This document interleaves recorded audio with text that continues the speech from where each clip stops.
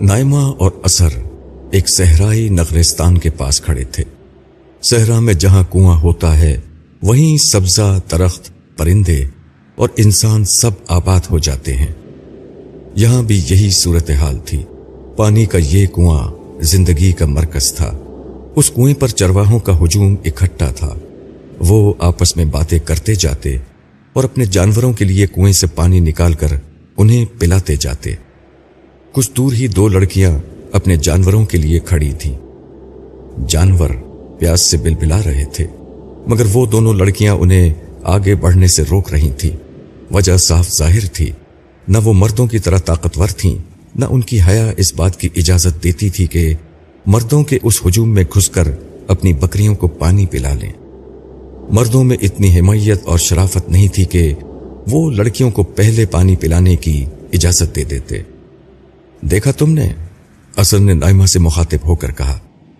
ہاں، دیکھ رہی ہوں۔ طاقتور ہر دور میں ایک جیسے ہی ہوتے ہیں، مگر یہ بھی دیکھ لو کہ ہر دور میں کچھ اور طرح کے لوگ بھی ہوتے ہیں۔ اثر نے ایک سمت اشارہ کیا تو نائمہ نے دیکھا کہ صحرا کی سمت سے ایک شخص چلا آ رہا ہے۔ اس کے سر اور داڑھی کے بال خاک آلود اور گرد سے اٹے ہوئے تھے۔ چہرے پر سفر کی مشقت کے تمام آثار ظاہر تھے۔ وہ ہلکا ہلکا لنگڑا کر بھی چل رہا تھا۔ قریب آنے پر نائمہ کو اندازہ ہوا کہ اس کا سبب پاؤں میں پڑنے والے چھالے ہیں۔ یہ موسیٰ علیہ السلام ہیں، اثر نے کہا تو نائمہ نے غور سے ان کے چہرے کو دیکھا۔ موسیٰ علیہ السلام کی جس شخصیت کو نائمہ نے کچھ دیر قبل دیکھا تھا، اس کے مقابلے میں اس وقت وہ بہت نوجوان لگ رہے تھے، تاہم خد و خال ابھی ویسے ہی تھے۔ نائمہ نے انہیں اس حال میں دیکھ کر کہا، یہ اس حال میں کیسے پہنچے؟ یہ تو ابتدائی زندگی میں مصر کے شہزادے تھے۔ ہاں، مگر تھوڑا انتظار کرو، ان کی کہانی ابھی سناتا ہوں۔ حضرت موسیٰ علیہ السلام سیدھا چلتے ہوئے کنویں کی سمت آئے اور لوگوں کی بھیڑ کو چیرتے ہوئے پانی کے پاس پہنچے۔ کنویں پر ایک بہت بڑا ڈول لٹکا ہوا تھا، جسے پورا بھر کر باہر نکالنے کے لیے 2-3 آدمیوں کو زور لگانا پڑتا تھا۔ سیدنا موسیٰ علیہ السلام کو قریب آتا دیکھ کر یہ لوگ رک گئے۔ حضرت موسیٰ علیہ السلام نے اطمینان کے ساتھ ڈول سنبھالا اور تنہے تنہا پورا ڈول پانی سے بھر کر باہر نکال لیا۔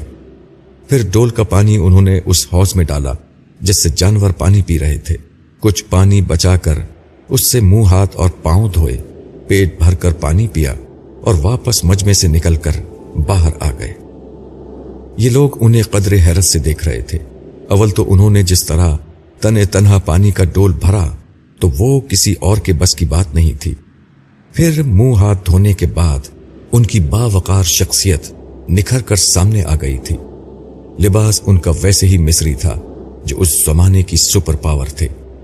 ان سب چیزوں کی بنا پر لوگوں پر ان کا رعب بیٹھ گیا۔ حضرت موسیٰ علیہ السلام مجمع سے نکلے تو انہوں نے ان 2 لڑکیوں اور ان کے جانوروں کو دیکھا جو پیاس سے بلبلا رہے تھے۔ وہ سیدھا ان کی طرف گئے اور جا کر ان سے دریافت کیا، آپ لوگ ان معصوم جانوروں کو پانی کیوں نہیں پلا رہی؟ ان میں سے ایک لڑکی نے، جو دوسری سے ذرا بڑی تھی، افسردگی کے ساتھ کہا، جب تک یہ چرواہے نہ چلے جائیں ہم اپنے جانوروں کو پانی نہیں پلا سکتے۔ آپ کے گھر میں کوئی مرد نہیں؟ حضرت موسیٰ علیہ السلام نے چرواہوں کے ہجوم کو دیکھتے ہوئے دریافت کیا تو اس دفعہ چھوٹی والی لڑکی نے جواب دیا، ہمارے ابا جان بہت بوڑھے ہیں، ہمارا کوئی بھائی بھی نہیں ہے۔ یہ کہتے ہوئے اس نے رحم طلب نظروں سے حضرت موسیٰ علیہ السلام کو دیکھا۔ وہ نگاہوں سے یہ کہہ رہی تھی کہ آپ جیسا کوئی بھائی ہوتا تو ہمیں یہاں نہیں کھڑے ہونا پڑتا۔ حضرت موسیٰ علیہ السلام نے اس کی بات سن کر خاموشی سے ان کے جانور ساتھ لیے اور کنویں کی طرف چلے۔ انہیں دیکھ کر سارے چرواہے پیچھے ہٹ گئے۔ انہوں نے اطمینان کے ساتھ جانوروں کو پانی پلایا اور واپس لا کر لڑکیوں کے حوالے کر دیا۔ لڑکیاں خوشی خوشی گھر لوٹ گئیں، جبکہ حضرت موسیٰ علیہ السلام ایک درخت کے سائے کے نیچے جا بیٹھے۔ نائمہ نے دیکھا کہ ان کی آنکھیں بند تھیں اور وہ زیر لب کچھ بڑبڑا رہے تھے۔ نائمہ نے اثر سے پوچھا، یہ کیا کہہ رہے ہیں؟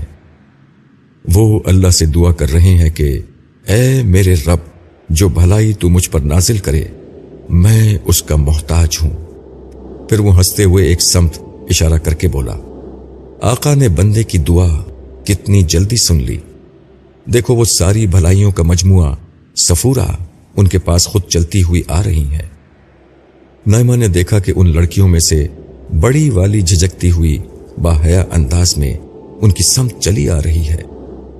نائمہ کو اثر کی بات سے معلوم ہو گیا کہ اس لڑکی کا نام صفورہ ہے، تاہم وہ اس کی بات کی وضاحت چاہتی تھی، اس لیے اس نے سوال کیا، یہ صفورہ ساری بھلائیوں کا مجموعہ کیسے ہو گئی؟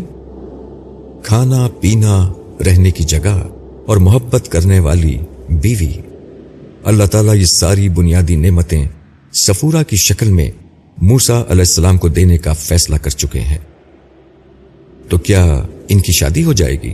نائمہ نے بڑی دلچسپی سے پوچھا۔ اس کی نسوانی حس بیدار ہو چکی تھی اور اسے اب صفورہ کی جگہ حضرت موسیٰ علیہ السلام کی دلہن نظر آ رہی تھی۔ ہاں، یہ باحیا اور شرمیلی لڑکی اپنے زمانے کے جلیل القدر رسول اور اپنی امت کے سردار کی بیوی بنے گی۔ صفورہ حضرت موسیٰ علیہ السلام کے پاس آ کر ٹھہر گئیں۔ ان کے قدموں کی آہٹ سے حضرت موسیٰ نے بھی آنکھیں کھول دی تھی۔ صفورہ کو دیکھ کر انہوں نے نظریں چکا لیں۔ صفورہ نے جھجکتے ہوئے ان سے کہا، وہ میرے ابا جان آپ کو بلا رہے ہیں تاکہ آپ نے ہمارے جانوروں کو جو پانی پلایا ہے اس کا بدلہ دے دیں۔ حضرت موسیٰ علیہ السلام نے ایک لمحے کو سوچا، وہ چاہتے تو ان لڑکیوں سے اسی وقت مدد کی درخواست کر سکتے تھے جب انہوں نے ان کی مدد کی تھی، اور یقیناً وہ ان کی مدد کرتی، لیکن ان کی شرافت نے یہ گوارا نہیں کیا کہ احسان کر کے بدلہ مانگے۔ انہوں نے انسانوں کے بجائے ان کے رب سے مانگا تھا، مگر اب ان پر یہ بات اچھی طرح واضح تھی کہ اس لڑکی کو اللہ تعالیٰ نے بھیجا ہے، اس وقت اسے منع کرنا ناشکری ہوگی۔ چنانچہ وہ خاموشی سے اٹھ کر کھڑے ہو گئے۔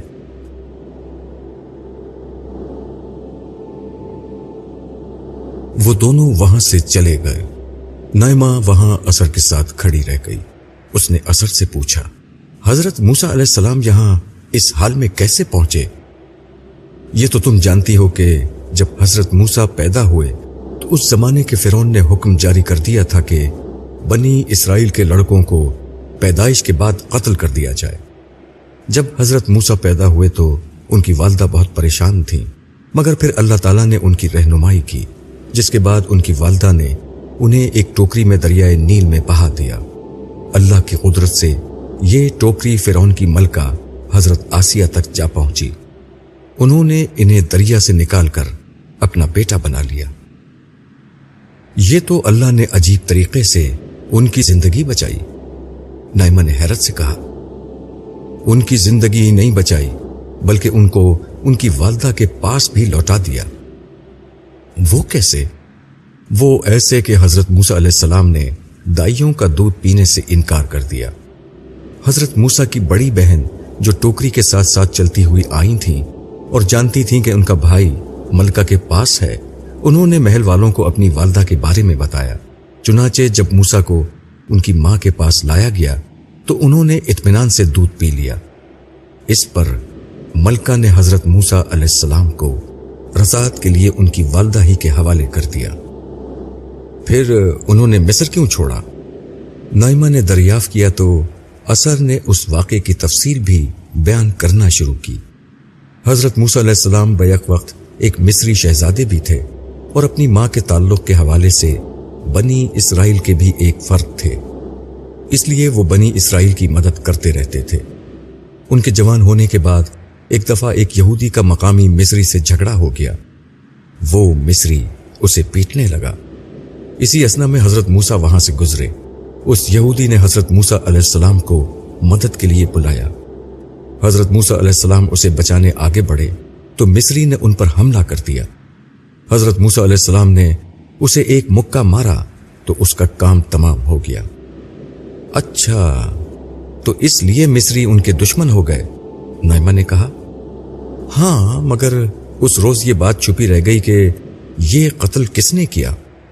دوسری طرف حضرت موسیٰ علیہ السلام نے اللہ تعالیٰ سے بہت معافی مانگی۔ اگلے دن وہ اسی جگہ سے گزرے تو دیکھا کہ وہی یہودی ایک دوسرے مصری سے لڑ رہا تھا۔ انہیں دیکھ کر اس نے پھر انہیں مدد کے لیے پکارا۔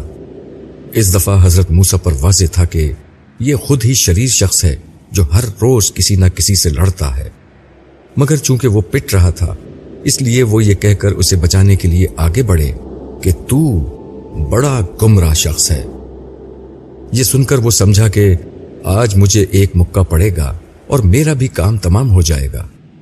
تھا تو وہ شریر ہی، اس لیے چلا کر بولا کہ موسیٰ، جیسے تم نے کل ایک مصری کو مارا تھا آج تم مجھے مارنا چاہتے ہو۔ چنانچہ قتل کا راز فاش ہو گیا اور دربار مصر میں ان کے خلاف سازشوں کا سلسلہ شروع ہو گیا۔ محل میں ان کے ہمدردوں نے انہیں ان سازشوں کی اطلاع دی اور فوراً مصر چھوڑ دینے کا مشورہ دیا، جس کے بعد وہ تنے تنہا صحرائے سینا عبور کرتے ہوئے مدین آ پہنچے۔ اب میں سمجھی اتنا لمبا سفر انہوں نے اکیلے کیوں طے کیا تھا۔ ہاں، اور نائمہ اب یہ سمجھ لو کہ میں تمہیں یہ سب کچھ کیوں بتا رہا ہوں۔ یاد رکھنا، اللہ تعالیٰ اپنے صالح بندوں کو کبھی تنہا و بے آسرا نہیں چھوڑتے۔ تم نے حضرت موسیٰ کی سیرت کو دیکھا کہ کس طرح انہوں نے اجنبی لڑکیوں کی مدد کی، مگر ان لڑکیوں سے نہ بے تکلف ہونے کی کوشش کی نہ مدد مانگی، حالانکہ خود بہت سخت ضرورت مند تھے۔ اسی انسانی ہمدردی کے اصول پر انہوں نے اس یہودی کی جان بچائی تھی جس نے ان کا راز فاش کر کے انہیں اتنی مشکل میں ڈال دیا، مگر اس سے کوئی بدلہ لینے کے بجائے وہ ملک چھوڑ کر صحرا پار آ گئے۔ کیسی عظیم سیرت ہے! نائمہ اسی سیرت و کردار کے لوگوں کو تلاش کرنے کے لیے اللہ تعالیٰ نے انسانی دنیا کا یہ پورا نظام بنایا ہے۔ انہوں نے انسانوں کو اختیار و ارادہ دے کر پیدا کیا، پھر خود پردہ غیب میں مستور ہو گئے۔ اب ایک طرف انسانی مفادات اور خواہشات ہیں اور دوسری طرف انسان کی فطرت اور ضمیر کی رہنمائی۔ کچھ لوگ ہوتے ہیں جو ان چرواہوں کی طرح شرافت اور حمیت سے محروم ہوتے ہیں، کچھ فرعون اور اس کے حواریوں کی طرح ظلم کو اپنا وتیرہ بنا لیتے ہیں، مگر کچھ صفورہ کی طرح حیا اور صبر پر قائم رہنے والے ہوتے ہیں، اور کچھ موسیٰ علیہ السلام کی طرح بدترین حالات میں بھی اعلیٰ ترین انسانی کردار کا مظاہرہ کرتے ہیں۔ یہی لوگ اللہ کے محبوب ہیں، جنہیں وہ جنت میں ہمیشہ کے لیے اپنے پڑوس میں جگہ دیں گے، جبکہ ظالموں کو جہنم کے قید خانے میں پھینک دیا جائے گا۔ مگر اس خدائی اسکیم کے نتیجے میں زندگی کتنی مشکل ہو جاتی ہے، مگر اس کے بغیر بہترین لوگوں کو نہیں چنا جا سکتا۔ اگر اللہ تعالیٰ یہ فیصلہ اپنے علم کی بنیاد پر کر دیتے تو ہر جہنمی سخت احتجاج کرتا کہ اسے ناحق سزا دی جا رہی ہے، مگر اب جب قیامت قائم ہوگی تو ہر جنتی اور ہر جہنمی میرٹ پر اپنے اپنے انجام کو پہنچیں گے۔ مگر اثر اللہ کا یہ منصوبہ تو اکثر انسانوں کے علم میں نہیں ہے۔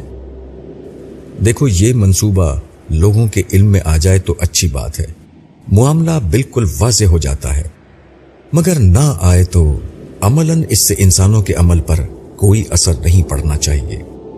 انسانوں کا عمل خیر و شر اور سزا و جزا کے ان تصورات پر مبنی ہے جو ہر انسان کی فطرت میں ودیت ہیں۔ اثر ایک لمحے کو رکا اور بولا، یہ بات بہت اہم ہے، اسے اچھی طرح سمجھ لو۔ ہر انسان کو اللہ تعالیٰ نے بنیادی رہنمائی کے ساتھ پیدا کیا ہے۔ انسان خیر و شر اور اچھے برے سے خوب آگاہ ہیں۔ مثلاً ہر شخص جانتا ہے کہ سچ اچھی اور جھوٹ بری بات ہے، دوسروں کی جان و مال آبرو محترم ہے۔ اسی طرح انسان جانتے ہیں کہ اچھے برے پر سزا و جزا ہونی چاہیے۔ اسی اصول پر انہوں نے جرم و سزا، عدالت، قانون اور انعام و اکرام کا پورا سلسلہ بنا رکھا ہے۔ انسان اپنا پورا نظام اسی اصول پر چلاتے ہیں۔ ٹھیک اسی اصول پر قیامت کے دن اللہ تعالیٰ اپنی سزا و جزا برپا کر دیں گے۔ بات تو بالکل صحیح ہے۔ دراصل مجھے یہ غلط فہمی تھی کہ تمام لوگوں تک پیغمبروں کی ہدایت پہنچنا ضروری ہے۔ نہیں، یہ بالکل ضروری نہیں۔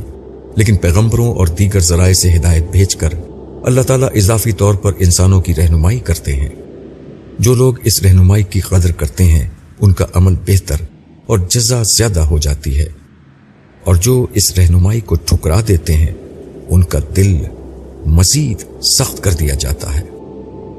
یہ کہہ کر اثر نے نائمہ کا ہاتھ تھاما اور بولا، اب آؤ میں تمہیں دکھاتا ہوں کہ کس طرح کے لوگ سچائی کو فوراً قبول کر لیتے ہیں اور ہر قیمت دے کر اس پر جم جاتے ہیں، اور کس طرح کے لوگ ہر نشانی دیکھنے کے بعد بھی گمراہی پر قائم رہتے ہیں۔ ہر طرف جشن کا سماں تھا، لوگوں کی ایک بڑی تعداد میدان میں جمع تھی۔ صبح کا وقت تھا اور سورج پوری آب و تاب سے روشن تھا، مگر اس کی حدت ابھی اتنی نہ بڑھی تھی کہ میدان میں جمع لوگوں پر گراں گزرتی۔ میدان کے ایک کونے میں فرعون کا دربار سجا تھا، جس کے عقب میں دریائے نیل رواں دواں تھا۔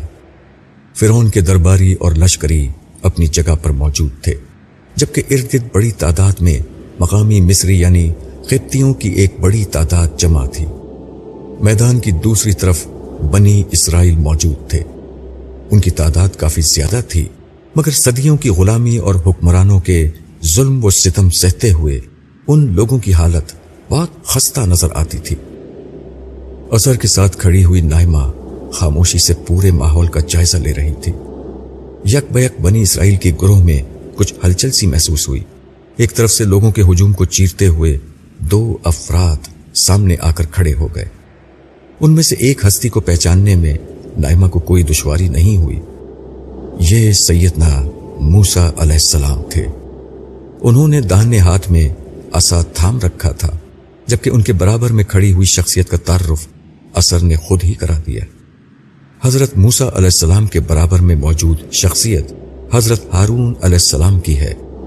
جب اللہ تعالیٰ نے حضرت موسیٰ کو رسالت کے منصب پر فائز کیا تو انہوں نے حضرت ہارون کو اپنا مددگار بنانے کی درخواست کی، چنانچہ ان کو بھی نبوت کے منصب پر فائز کر دیا گیا۔ ان کو رسول کب بنایا گیا؟ نائمہ نے سوال کیا۔ حضرت موسیٰ علیہ السلام 10 سال مدین میں رہے، پھر اپنی بیگم صفورہ کے ساتھ واپس مصر آ رہے تھے کہ راستے میں پڑنے والے کوہ طور کے دامن میں اللہ تعالیٰ نے انہیں مخاطبت کا شرف بخشا اور پیغمبری عطا فرمائی۔ پھر کیا ہوا؟ ان دونوں نے فرعون کے دربار میں جا کر اسے اللہ کا پیغام پہنچایا، مگر بھلا وہ کہاں ان کی بات سننے والا تھا۔ جس کے بعد حضرت موسیٰ علیہ السلام نے اس بات کے ثبوت میں کہ وہ ایک سچے پیغمبر ہیں اپنے وہ معجزات دکھائے جو بطور نشانی انہیں عطا ہوئے تھے۔ عصا کا سانپ بن جانے والا معجزہ؟ ہاں، ایک عصا کا سانپ بن جانے والا معجزہ اور دوسرا ہاتھ کا بالکل روشن ہو جانا۔ فرعون ان معجزات کو دیکھ کر ڈر تو گیا، مگر ان کی سچائی تسلیم نہیں کی، بلکہ یہ دعویٰ کر دیا کہ یہ ایک جادو ہے، اور ایسا جادو تو اس کے ملک کے طول و عرض میں پھیلے ہوئے جادوگر بآسانی دکھا سکتے ہیں۔ چنانچہ اس نے ان کو یہ چیلنج دیا کہ آج کے دن یعنی جب مصریوں کے جشن کا دن ہوتا ہے، وہ ملک بھر سے جادوگروں کو بلا کر حضرت موسیٰ علیہ السلام کے معجزات کا مقابلہ کرے گا۔ ابھی عصر کی بات ختمی ہوئی تھی کہ قبطیوں میں شور مچ گیا۔ دریائے نیل کی طرف سے فرعون اپنے محل سے نمودار ہوا اور اپنے محافظوں کے جلوس میں چلتا ہوا لاؤ لشکر سمیت دربار کی طرف بڑھنے لگا۔ فرعون چہرے ہی سے ایک ظالم اور سفاک شخص لگتا تھا، جس کی گردن تنی ہوئی تھی اور نگاہوں میں رعونت تھی۔ وہ بڑی شان سے چلتا ہوا ایک بلند جگہ پر نصب تخت شاہی پر جا کر بیٹھ گیا۔ اپنی نشست سنبھالنے کے بعد اس نے اشارہ کیا۔ ملک بھر سے آئے ہوئے نمائندہ جادوگروں کا ایک گروہ اس کے سامنے پیش ہوا۔ فرعون نے ان کو مخاطب کرتے ہوئے کہا، تم جانتے ہو کہ ہماری قوم کتنی عظیم ہے، ہم کتنی قوت اور طاقت کے لوگ ہیں۔ یہ بنی اسرائیل ہمارے غلام ہیں، ان کی زندگی اور موت ہمارے ہاتھوں میں ہے، مگر اب ان کے درمیان ایک شخص پیدا ہوا ہے جو ہمارے ملک پر قبضہ کرنا چاہتا ہے۔ اس کے لیے اس نے جادو کا ہتھیار سیکھا ہے، مگر جس طرح یہ لوگ ہم سے قوت و طاقت میں نہیں جیت سکتے، اسی طرح جادو کی عظیم قوت میں بھی ہم ان کو شکست دینا چاہتے ہیں، کیا تم ہمارے لیے یہ کام کرو گے؟ جادوگروں میں ایک شخص آگے بڑھا اور اپنے گروہ کی نمائندگی کرتے ہوئے عرض کیا، کیوں نہیں اے عظیم فرعون، یہ کل کا بچہ ہمارے مقابلے میں کیا کر سکتا ہے؟ اسے ہرانا تو کوئی بات ہی نہیں، مگر اس فتح کے بعد ہمارے لیے کیا انعام ہوگا؟ جادوگر کو اپنی فتح کا اتنا یقین تھا کہ اس کی زیادہ دلچسپی اس بات میں تھی کہ اس موقع پر جب فتح فرعون کی انا کا مسئلہ بنی ہوئی ہے، اس سے زیادہ انعام و اکرام کا وعدہ لے لے۔ فرعون نے جادوگر کی بات سن کر بڑی خوشی کے عالم میں کہا، ہم تمہیں اپنے مقربین میں شامل کر لیں گے، شاہی دربار کی عزت، خزانے اور دولت اور قوم کی بہترین عورتیں تمہیں عطا کی جائیں گی۔ یہ سن کر جادوگروں میں سرشاری کی لہر دوڑ گئی، جبکہ فتح کا ذکر سن کر قبطیوں کے ہجوم میں جوش و خروش پیدا ہو گیا۔ فرعون کی عظمت کے نعرے بلند ہونے لگے۔ دوسری طرف بنی اسرائیل اپنی جگہ سہمے کھڑے ہوئے تھے۔ نائمہ سمجھ رہی تھی کہ اب مقابلہ شروع ہوگا، مگر وہاں ایک دوسرا تماشا شروع ہو گیا۔ فرعون نے جادوگروں کو اپنے قریب بٹھانے کا حکم دیا۔ اس نے انہیں اپنے متوقع انعامات کی ایک جھلک دکھانے کے لیے ایک اور انتظام کر رکھا تھا۔ اس کے اشارے پر جادوگروں کے سامنے مصر کی حسین ترین رقاصاؤں کا ایک گروہ اترا اور میدان میں بلند ہوتی دھنوں پر رقص کرنا شروع کر دیا۔ یہ رقاصائیں اپنے فن کی معراج پر پہنچی ہوئی تھیں۔ ان کے وجود میں بجلی بھری ہوئی تھی اور ان کے رقص میں ہیجان تھا۔ موسیقی کے دوش پر ان کا بدن کبھی کسی لچکتی ڈالی کی طرح جھکتا اور کبھی کسی ساز کے کسے ہوئے تاروں کی طرح تن جاتا۔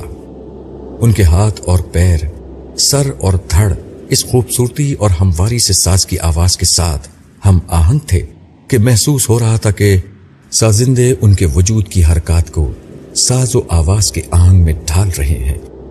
ان حسین اور نو عمر رقاصاؤں نے عیش و عشرت کے دلدادہ اہل دربار اور ارد گرد موجود لوگوں کو سحر زدہ کر دیا تھا۔ نائمہ کو اس رقص سے کوئی دلچسپی نہیں تھی۔ وہ بیزاری میں اثر سے بولی، سمجھ میں نہیں آتا کہ فرعون نے یہ جادوگروں کے مقابلے کی کیوں ٹھانی؟ کیا یہ حضرت موسیٰ علیہ السلام کے خلاف کوئی براہ راست اقدام نہیں اٹھا سکتا تھا؟ تم اس بات کو نہیں جانتی کہ حضرت موسیٰ علیہ السلام کی حیثیت کیا تھی۔ میں تمہیں بتا چکا ہوں کہ حضرت موسیٰ کی پیدائش کے وقت بنی اسرائیل کے نومولود لڑکوں کے قتل کا حکم تھا، لیکن اللہ کی شان دیکھو کہ اس نے ان کو بچا لیا اور ان کی پرورش محل شاہی میں شہزادوں کی طرح کروائی۔ شاہی گھرانے سے اس تعلق کی بنا پر قبطی قوم کے سب لوگ انہیں اچھی طرح جانتے ہیں کہ وہ ایک انتہائی بہادر، اعلیٰ سیرت کے بے مثل انسان ہے۔ وہ جھوٹ نہیں بول سکتے۔ چنانچہ فرعون یہ چاہتا ہے کہ ان کو شکست دے کر ان کی اخلاقی حیثیت ختم کر دے اور پھر ان کے خلاف کوئی قدم اٹھائے، وگرنہ ایک طرف بنی اسرائیل کی بغاوت کا اندیشہ ہے اور دوسری طرف دربار اور محل میں حضرت موسیٰ علیہ السلام کے پسند کرنے والوں کا بڑا حلقہ موجود ہے جو بلا وجہ ان کے خلاف اٹھائے گئے کسی بھی قدم کی مخالفت کرے گا۔ لیکن فرعون کو اقدام سے روک دینے والی سب سے بڑی چیز اللہ تعالیٰ کی وہ خصوصی نصرت ہے جو ان کے ساتھ ہے۔ چنانچہ اللہ تعالیٰ نے انہیں ایسا معجزہ دیا ہے کہ جو اسے دیکھتا ہے اس کے دل میں ان کا خوف بیٹھ جاتا ہے۔ اثر کی بات سنتے ہوئے نائمہ نے فرعون کی سمت دیکھا۔ اس کے سامنے وہی رقاصائیں دل برانہ رقص کر رہی تھیں۔ رقص اختتامی مراحل میں تھا اور تیز سے تیز تر ہوتا جا رہا تھا۔ رقاصاؤں کا سحر بڑھتا جا رہا تھا۔ انہوں نے تیزی سے گھومنا شروع کر دیا۔ وہ تیزی سے گھومتی ہوئی بادشاہ کے سامنے پہنچی، پھر یکلخت ان کے قدم ٹھہر گئے۔ موسیقی کی آواز تھم گئی، ہر طرف خاموشی چھا گئی۔ رقاصاؤں نے سر جھکا کر بادشاہ کو سلامی دی۔ اس کے ساتھ اہل دربار نے داد و تحسین کی صدائے مسلسل بلند کرنا شروع کر دی۔ نائمہ نے اس رقص پر اپنا تبصرہ ایک دوسرے ہی انداز میں کیا۔ علم نفسیات پر اپنے عبور کا اظہار کرتے ہوئے وہ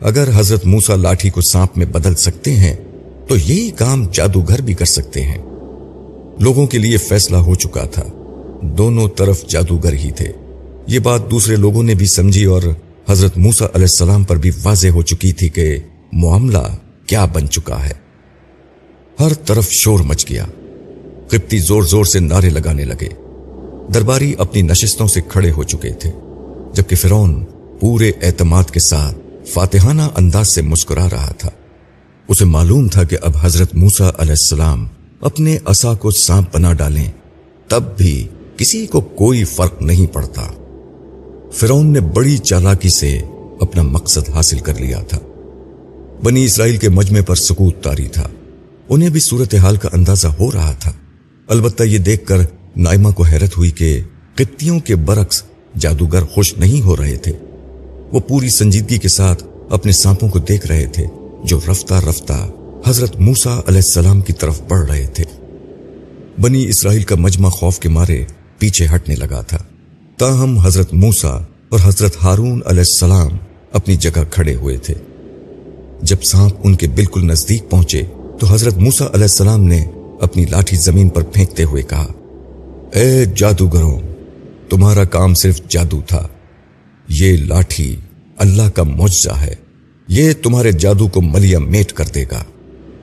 یک بیک نائمہ نے دیکھا کہ حضرت موسیٰ علیہ السلام کی لاٹھی، جو بمشکل 1.5 میٹر کی ہوگی، کئی گز لمبے اور انتہائی خوفناک اژدہے میں تبدیل ہو چکی ہے۔ یہ اژدہا جسامت میں جتنا بڑا تھا، حرکت میں اتنا ہی تیز رفتار تھا۔ یہ بجلی کی طرح آگے بڑھا اور سامنے سے آنے والے سانپوں کو تیزی سے نگلنے لگا۔ ایک ایک کر کے اس اژدہے نے سارے جھوٹے سانپوں کو ہڑپ کر ڈالا۔ جادوگروں کے سانپ ختم ہو گئے اور ان کی رسیاں اور لاٹھیاں زمین پر پڑی رہ گئیں۔ بنی اسرائیل کے چہرے پر خوشیاں رقصہ ہو گئیں، جبکہ قبطیوں، درباریوں اور فرعون کا چہرہ تاریک ہو گیا۔ ایسی بھرپور شکست کا انہوں نے تصور بھی نہیں کیا تھا۔ جادوگر تھوڑی دیر تک خاموش کھڑے رہے۔ وہ اپنے فن کے ماہر تھے، اچھی طرح سمجھتے تھے کہ جادو کیا ہوتا ہے اور کیا نہیں ہوتا۔ وہ یہ بھی جانتے تھے کہ انہوں نے رسیوں اور لاٹھیوں کو سانپوں میں نہیں بدلا تھا، بلکہ لوگوں کی نگاہوں پر سحر کیا تھا۔ انہیں یہ بھی معلوم تھا کہ اس وقت جو سانپ ان کے سامنے موجود ہے وہ حقیقت میں لاٹھی سے سانپ بن چکا ہے۔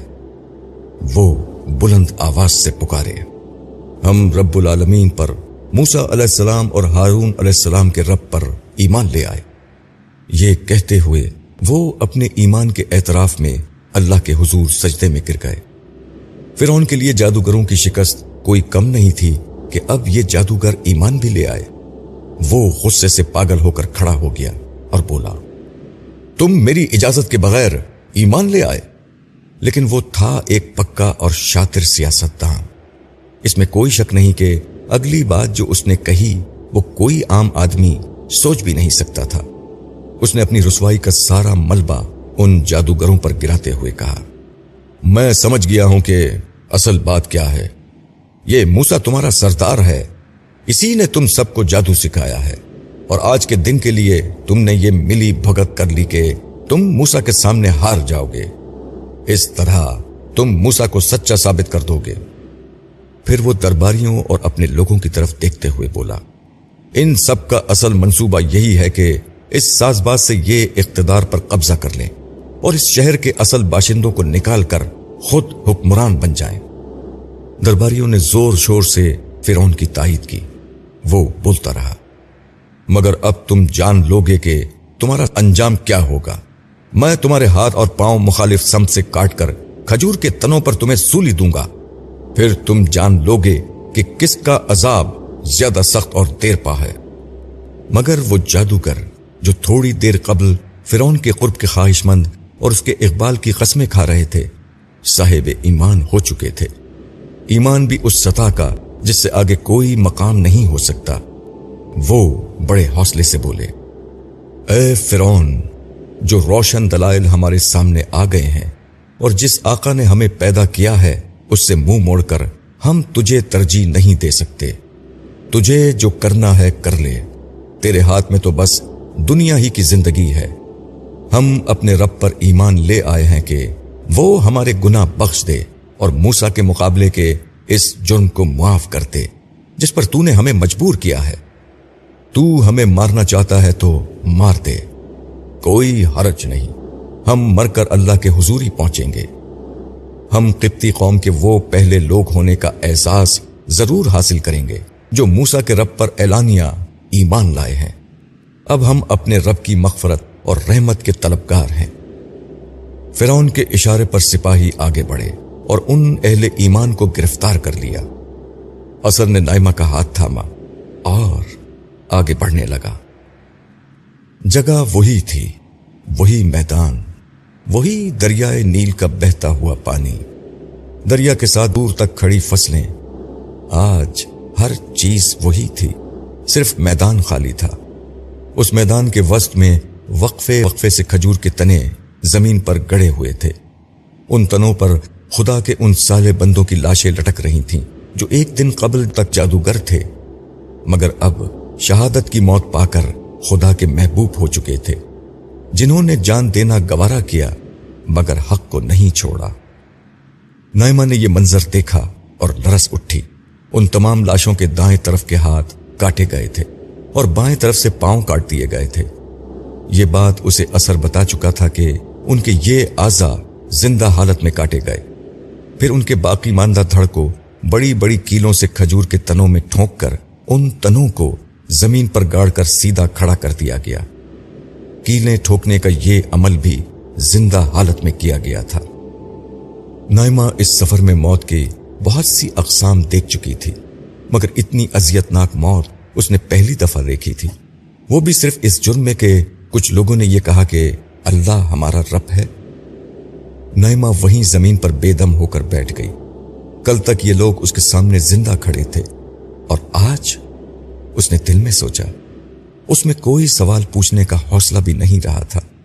اثر اس کی حالت سمجھ رہا تھا۔ وہ اس کے برابر میں بیٹھتے ہوئے بولا، مجھے معلوم ہے تم کیا سوچ رہی ہو۔ تم سوچ رہی ہو کہ اللہ تعالیٰ نے انہیں کیوں نہیں بچایا۔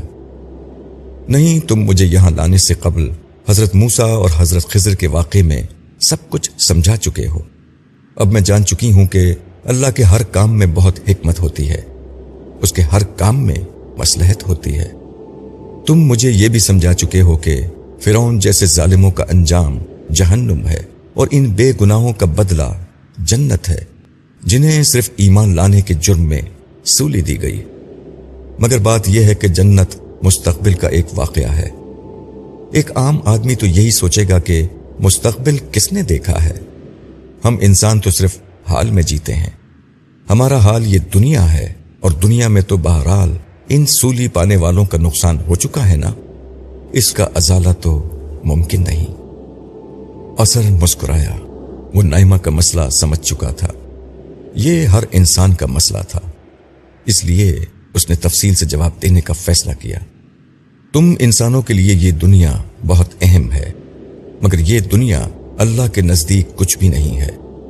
تم نے خود اس سفر میں دیکھا کہ کس طرح ایک کے بعد دوسری نسل اس دنیا کو آباد کرتی ہے، اور جب نئی نسل آتی ہے تو پچھلی نسلوں کا نام و نشان بھی نہیں رہتا۔ خود کو زمین کا بادشاہ سمجھنے والے چند برسوں اور صدیوں میں بے نام و نشان ہو جاتے ہیں۔ سو اس دنیا کا نفع و نقصان اللہ کے نزدیک بالکل بے حیثیت ہے۔ دنیا کی بے وقتی کی یہ باتیں کیا انسان کو بے عمل نہیں کر دیتی؟ نائمہ نے وہ اعتراض اٹھا دیا جو آخرت کے ذکر پر دنیا پرست لوگوں کی طرف سے کیا جاتا ہے۔ نہیں، اللہ تعالیٰ کی بات سمجھ لو تو یہ اعتراض نہیں ہو سکتا۔ اثر نے نائمہ کو سمجھاتے ہوئے کہا، دراصل دنیا کو سب کچھ سمجھ کر آخرت کو بھول جانے والے لوگوں کے پس منظر میں دنیا کی بے وقتی واضح کی جاتی ہے، وگرنہ یہ دنیا اسباب کے جس اصول پر بنائی گئی ہے اس کی رعایت کرنا تو لازمی فریضہ ہے۔ یہاں جو بے عمل ہوگا وہ فوراً نقصان اٹھائے گا۔ رہا آخرت کا تصور تو وہ بے عملی کے بجائے انسان کو اس دنیا میں سب سے بڑھ کر با عمل بناتا ہے۔ وہ کیسے؟ اچھا یہی بتاؤ، ایک طالب علم سب سے بڑھ کر زمانہ طالب علمی میں کب فعال ہوتا ہے؟ نائمہ کچھ دیر سوچتی رہی، پھر مسکرا کر بولی، امتحان کے زمانے میں۔ بس یہی بات ہے، آخرت کا تصور دنیا سے بے عمل نہیں کرتا، بلکہ یہ بتاتا ہے کہ دنیا امتحان کی جگہ ہے، اس لیے کوئی مومن تو یہاں بے عمل ہو ہی نہیں سکتا۔ پھر دین یہ بتاتا ہے کہ یہاں امتحان اس بات کا نہیں کہ دنیا سے کٹ کر بیٹھ جاؤ، بلکہ امتحان اس بات کا ہے کہ دنیا کے سارے معمولات اختیار کرو، مگر اس میں ظلم و زیادتی پر مبنی کوئی رویہ اور سرکشی و معصیت کی کوئی روش اختیار نہ کرو۔ چنانچہ ایک مومن دنیا تو تعمیر کرتا ہی ہے، مگر اس کے ساتھ وہ جنت کی کامیابی بھی حاصل کرتا ہے، وہ جنت جو ہمیشہ رہے گی، جس کی نعمتیں ابدی ہوں گی۔ انسان نہ وہاں سے نکلنا چاہیں گے، نہ کوئی انہیں نکالے گا، مگر لوگوں کے لیے جنت بس الفاظ کا نام ہے۔ ان کے لیے اہم صرف دنیا کی زندگی اور اس کا نفع و نقصان ہے۔ نائمہ نے اپنا اصل سوال پھر دوہرا دیا۔ ہاں ایسا ہی ہے، مگر یہ اس لیے ہے کہ وہ یہ بات فراموش کر دیتے ہیں کہ وہ حالت امتحان میں ہے۔ اس امتحان میں اللہ تعالیٰ پردہ غیب میں مستور ہے، مگر ہر طرف انہوں نے اپنی نشانیاں بکھیر دی ہیں۔ ایک طرف فطرت انسانی میں وجود باری تعالیٰ اور خیر و شر کا شعور ہے، دوسری طرف کائنات میں ربوبیت اور قدرت الہی کی ان گنت نشانیاں ہیں، پیغمبروں کی رہنمائی ہے۔ مگر اس کے ساتھ طرح طرح کے فرعون بھی تو ہیں۔ یہ کہتے ہوئے نائمہ کی نگاہ سولی پر لٹکی لاشوں کی طرف تھی۔ ہاں، حق سے روکنے والے فرعون بھی ہیں، اس کے ساتھ یہاں داعیات شر بھی ہیں، نفس کے تقاضے ہیں، انانیت ہے، مفاد و تعصبات ہیں، شیطانی طاقتیں اور ان کی ترغیبات ہیں۔ مگر یہی وہ رکاوٹیں ہیں جنہیں اگر کوئی عبور کر لے تو وہ ختم نہ ہونے والی دنیا میں ابدی عیش میں بسا دیا جائے گا، جبکہ غافل، سرکش اور ظالم ہمیشہ کے لیے جہنم میں ڈالے جائیں گے۔ تاہم اتنی بڑی سزا و جزا کے لیے ضروری ہے کہ امتحان بھی مکمل ہو۔ یہ مکمل امتحان ہو نہیں سکتا اگر انسانوں کو مکمل آزادی نہ دی جائے۔ چنانچہ اسی کے نتیجے میں فرعون وجود میں آتے ہیں، اور اسی کی بنا پر ان اہل ایمان کو اس طرح سولی پر لٹکنا پڑتا ہے۔ مگر پھر بھی یہ آزمائش بہت سخت ہے۔ نائمہ نے سولی پر لٹکی ہوئی اہل حق کی لاشوں کو دیکھتے ہوئے کہا، پھر اپنی بات جاری رکھتے ہوئے بولی، اللہ تعالیٰ سب کچھ صحیح مگر نظر نہیں آتے، ہر چیز اسباب کے پردے میں ہوتی ہے، جنت، جہنم، فرشتے غیب میں ہیں، ایسے میں بن دیکھے ماننے کی آزمائش بہت بڑی ہے، سزا و جزا بھی بہت سخت ہے۔ اگر مجھے اختیار ہوتا تو میں ایسی آزمائش میں کبھی نہ کودتی۔ نائمہ، یہ ہے تمہاری غلط فہمی ہے، اثر نے مسکرا کر کہا۔ اللہ تعالیٰ نے تمہیں اور کسی انسان کو زبردستی اس آزمائش میں نہیں اتارا، ہر شخص کو اس کی مرضی کے ساتھ اور اس سے پوچھ کر اس امتحان میں بھیجا گیا ہے۔ یہ کب ہوا تھا؟ نائمہ تفصیل جاننا چاہتی تھی۔ اثر نے آسمان کی سمت دیکھتے ہوئے جواب دینا شروع کیا، یہ میری پیدائش سے بھی پہلے ہوا تھا۔ اللہ تعالیٰ نے ساری انسانیت کو ایک ساتھ پیدا کر کے ان کے سامنے اپنا پورا تخلیقی منصوبہ رکھا تھا۔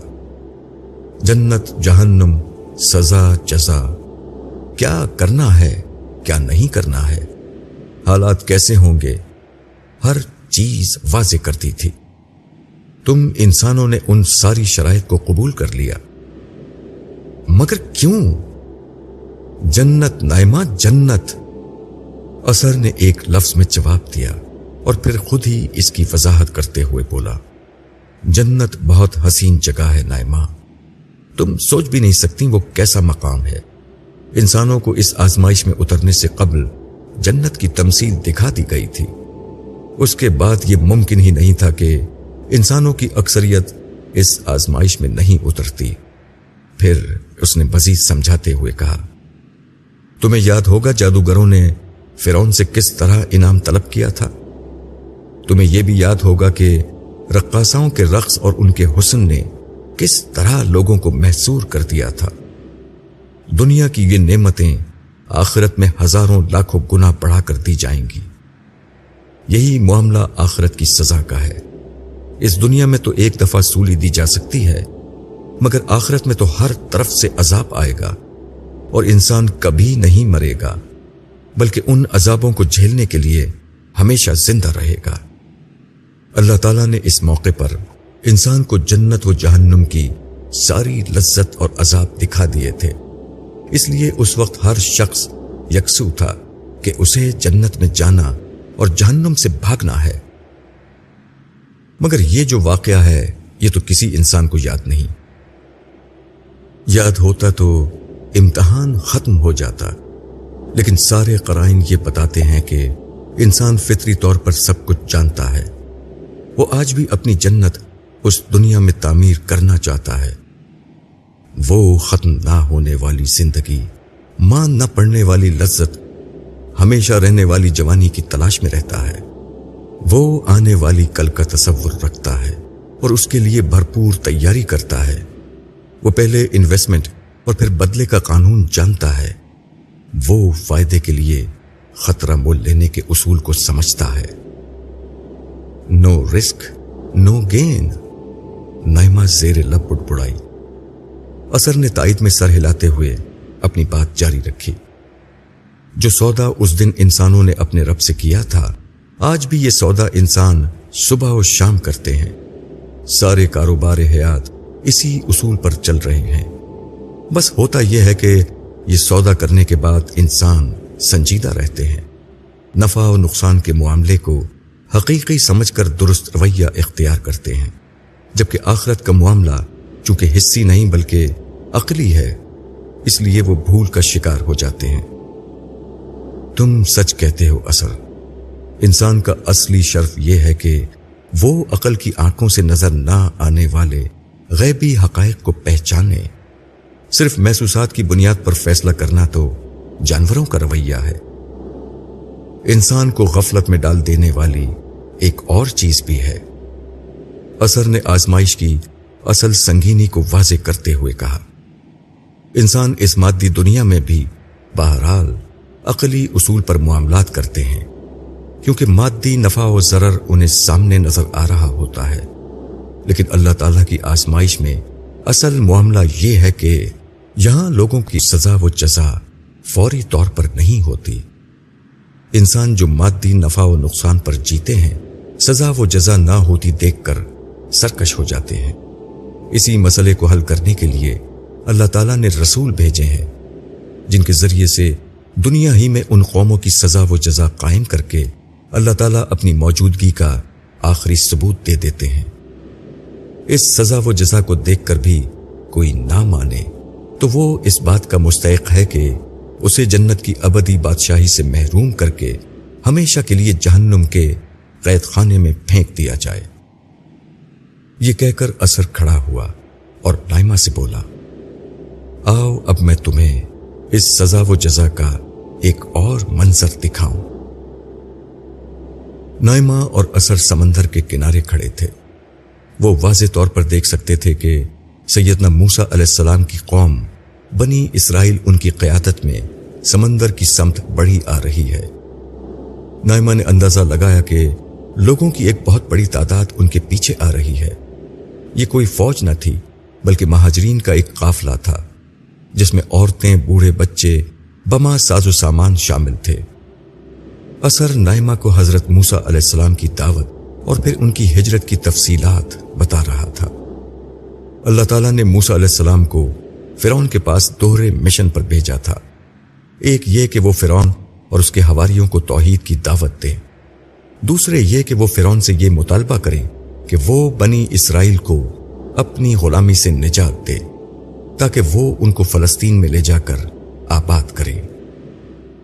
ایک منٹ، تمہاری اس بات سے جو چیز نکلتی ہے وہ یہ کہ حضرت موسیٰ علیہ السلام کی بعثت پچھلے رسولوں کی طرح ساری مصری قوم کی طرف نہیں تھی، بلکہ صرف فرعون اور اس کے حواریوں کی طرف تھی۔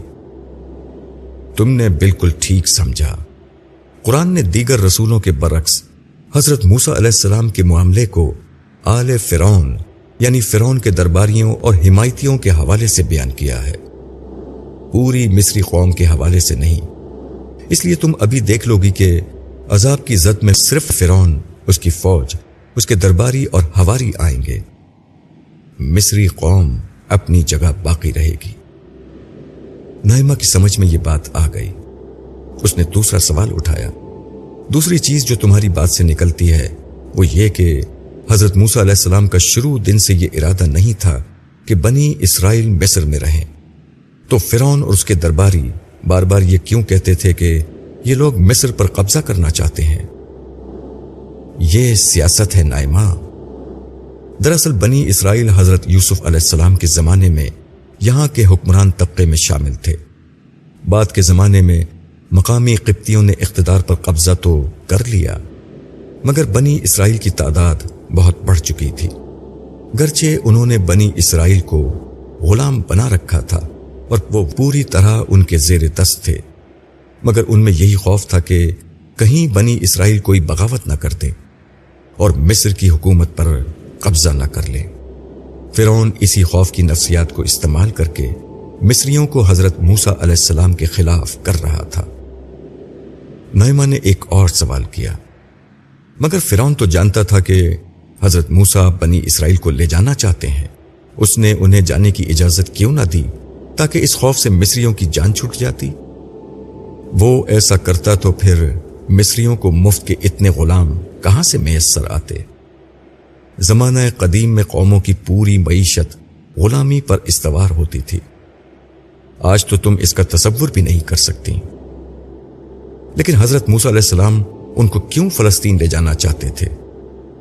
نائمہ کے سوالات ختم نہیں ہو رہے تھے۔ دراصل مصر میں رہ کر ان میں مصر کی مشرکانہ تہذیب کے سارے رنگ ڈھنگ آ چکے تھے۔ ایک طرف صدیوں کی اخلاقی پستی اور دوسری طرف مشرکانہ تہذیب کا اثر۔ اس دو طرفہ کنڈیشننگ سے نجات دلانے کا واحد طریقہ یہ تھا کہ بنی اسرائیل کو مصر سے نکالا جاتا اور ایک نئے علاقے میں نئے نظم کے تحت رکھ کر ان کی تربیت کی جاتی۔ تو کیا یہ تربیت مصر میں نہیں ہو سکتی تھی؟ نہیں، اس لیے کہ تم دور فتنہ میں کھڑی ہو۔ مطلب یہ کہ بنی اسرائیل اگر اعلانیہ ایک رب کی عبادت کرتے تو ان پر زبردست ظلم کیا جاتا، اس لیے ان کو گھروں میں نماز پڑھنے کا حکم تھا۔ تم صورتحال کی سنگینی کا اندازہ اس بات سے کر سکتی ہو کہ فرعون نے کتنی آسانی سے ان کے بچوں کے قتل کا حکم دے دیا، مگر اس کے جواب میں اللہ تعالیٰ نے فرعون کو نکیل ڈالنے کے لیے کچھ نہیں کیا۔ کیوں نہیں کیا؟ فرعون اور مصریوں پر وقفے سے عذاب بھیجے گئے۔ کیسے عذاب؟ ان پر قحط مسلط ہوئے، طوفان آئے، باد و بارہ سے ان کی فصلیں خراب ہوئیں، کبھی جوؤں کی اور کبھی مینڈکوں کی اتنی کثرت ہو گئی کہ ان کی زندگی عذاب ہو گئی۔ ٹڈی دل کا حملہ ہوا۔ پھر ایک دفعہ ایسا ہوا کہ کنووں اور پینے کے پانی کا ہر ذخیرہ خون میں بدل گیا۔ تو کیا کسی عذاب کے بعد انہوں نے توبہ نہیں کی؟ فرعون بہت دھوکے باز تھا۔ وہ ہر دفعہ حضرت موسیٰ سے کہتا کہ اپنے رب سے دعا کرو کہ یہ عذاب ٹال دے تو وہ بنی اسرائیل کو جانے کی اجازت دے دے گا، مگر عذاب ختم ہونے پر ہر دفعہ وہ اپنے وعدے سے مکر جاتا۔ یہ تو بے وقوف بنانے والی بات ہوئی۔ انہوں نے بے وقوف نہیں بنایا بلکہ خود بنے ہیں۔ اللہ کا یہ قانون ہے کہ انسان کی ہدایت انہوں نے اپنے ذمے لے رکھی ہے۔ وہ ہر طرح سے انسان کی رہنمائی کرتے ہیں۔ جو لوگ سنجیدگی کا مظاہرہ کرتے ہیں ان پر قبول حق کے دروازے کھول دیے جاتے ہیں اور راہ حق پر استقامت سے چلنے کا حوصلہ بھی دیا جاتا ہے، مگر جو لوگ ہدایت کو دیکھ کر بھی آنکھیں بند کر لیں ان کے دل سخت کر دیے جاتے ہیں، ان پر امہال کا قانون جاری ہو جاتا ہے۔ امہال کا قانون؟ نائمہ نے نہ سمجھنے والے انداز میں سر ہلایا۔ مطلب یہ کہ ان کو ڈھیل دے دی جاتی ہے، اس ڈھیل کا مطلب نجات نہیں ہوتا، کیونکہ جب اللہ تعالیٰ کسی کو مہلت دیتے ہیں تو اس کا مطلب یہ نہیں ہوتا کہ وہ بچ گیا۔ ان کا کوئی مجرم کبھی ان سے نہیں بھاگ سکتا۔ صرف ہوتا یہ ہے کہ ہر انکار اور دھوکہ دہی کے بعد قبول ہدایت کے امکانات تاریک تر ہوتے چلے جاتے ہیں، اور پھر ایک فیصلہ کن عذاب ہمیشہ ہمیشہ کے لیے جہنم اور ہلاکت کے وہ دروازے کھول دیتا ہے جو کبھی بند نہیں ہوتے، جیسا کہ اب فرعون پر کھلنے والے ہیں۔ سو انہوں نے بے وقوف نہیں بنایا بلکہ خود بے وقوف بنے ہیں۔ یہ کہتے ہوئے اثر نے دور سے آتے ہوئے فرعون کے لشکر کی طرف اشارہ کیا۔ اس کی توجہ دلانے پر نائمہ نے دیکھا کہ سمندر کے کنارے پر آ کر بنی اسرائیل رک چکے ہیں۔ ان کے آگے سمندر اور پیچھے فرعون کا لشکر تھا۔ اثر نے نائمہ کو صورتحال سمجھاتے ہوئے کہا، کل رات اللہ تعالیٰ نے موسیٰ علیہ السلام کو حکم دیا کہ بنی اسرائیل کو لے کر ہجرت کر جاؤ۔ یہ لوگ مصر کے مقام جشن میں مصریوں سے الگ آباد تھے۔ ان کی منزل فلسطین تھی، مگر اللہ تعالیٰ نے خشکی کا قریبی راستہ اختیار کرنے کے بجائے انہیں اس راستے کی طرف آنے کا حکم دیا جہاں بیچ میں سمندر کی ایک پٹی پڑتی تھی۔ ایسا کیوں کیا گیا؟ نائمہ نے دریافت کیا۔ تاکہ یہ لوگ فرعون اور اس لشکر کی تباہی کا منظر اپنی آنکھوں سے دیکھ سکیں۔ اثر نے جواب دیا اور پھر بنی اسرائیل کی کیفیت کو بیان کرتے ہوئے بولا، اس وقت ان کے پاس کشتیاں تو ہیں نہیں کہ ان پر بیٹھ کر سمندر کو عبور کر لیں، اس لیے اب یہ خوفزدہ ہیں اور کہہ رہے ہیں کہ ہم فرعون کے لشکر کے ہاتھوں مارے جائیں گے۔ مگر اب اللہ تعالیٰ نے موسیٰ علیہ السلام سے کہا ہے کہ سمندر پر اپنا عصا ماریں، تم دیکھو کہ کیا ہوتا ہے۔ نائمہ نے دیکھا کہ موسیٰ آگے بڑھے اور پانی پر اپنا عصا مارا۔ نائمہ نے بلندی سے صاف دیکھا کہ سمندر پھٹنا شروع ہوا اور بیچ میں خشکی نمودار ہو گئی۔ دوسرے کنارے تک ایک خشک راستہ بن گیا جس کے دونوں کناروں پر سمندر پہاڑ بن کر کھڑا ہو گیا۔ نائمہ کو یقین ہی نہیں آیا، ایسا لگ رہا تھا کہ یہ پہاڑوں کے بیچ کوئی راستہ ہو۔ بنی اسرائیل اطمینان کے ساتھ حضرت موسیٰ علیہ السلام کی سرکردگی میں اس راستے سے گزرنے لگے۔ دوسری طرف فرعون کا لشکر تیزی سے قریب آ رہا تھا، تاہم جب تک وہ لوگ کنارے تک آئے تو بنی اسرائیل یہاں سے جا چکے تھے۔ فرعون نے آؤ دیکھا نہ تاؤ ان کے پیچھے اس راستے میں اتر گیا۔ اسے صاف نظر آ رہا تھا کہ بنی اسرائیل کے آخری حصے نے ابھی راستہ عبور نہیں کیا ہے۔ چنانچہ اب صورتحال یہ تھی کہ سمندری راستے میں ایک طرف بنی اسرائیل تھے جو دوسرے کنارے سے باہر خشکی پر نکل رہے تھے، اور دوسری طرف فرعون کے لشکری تیزی سے اس راستے میں داخل ہو رہے تھے۔ رفتہ رفتہ فرعون کا پورا لشکر سمندری راستے میں داخل ہو گیا۔ اس کے لشکر کا اگلا حصہ اب بنی اسرائیل کے قریب پہنچ رہا تھا، مگر اس سے پہلے کہ فرعون کے سپاہی ان تک جا پہنچتے وہ سب کے سب سمندری راستے سے باہر آ چکے تھے۔ اس کے ساتھ ہی سمندری پانی ایک طوفانی ریلے کی شکل میں فرعون کے لشکر پر ٹوٹ پڑا اور پورا لشکر تیز لہروں کی زد میں آ گیا۔ اثر نے نائمہ کا ہاتھ تھام کر ایک طرف اشارہ کیا۔ یہاں فرعون ڈوب رہا تھا۔ نائمہ نے واضح طور پر اس کی آواز سنی، میں بنی اسرائیل کے اس رب پر ایمان لے آیا جس کے سوا کوئی معبود نہیں، اور اب میں اسی کا فرما بردار ہوں۔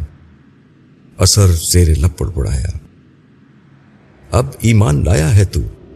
اس سے پہلے تو نافرمانی کرتا رہا، تو بڑا مفسد تھا۔ نائمہ نے اس کی تائید کرتے ہوئے کہا، تم نے بالکل ٹھیک کہا، یہ میں نے نہیں کہا، یہ اللہ تعالیٰ کا تبصرہ ہے، اور مجھے یقین ہے کہ زمانے کی یہ گواہی کل عالم تک پہنچے گی کہ یہ لوگ خسارے میں پڑ کر رہے، سوائے ان کے جو ایمان لائے، عمل صالح کرتے رہے، حق کی تلقین اور اس پر صبر کی تاکید کرتے رہے۔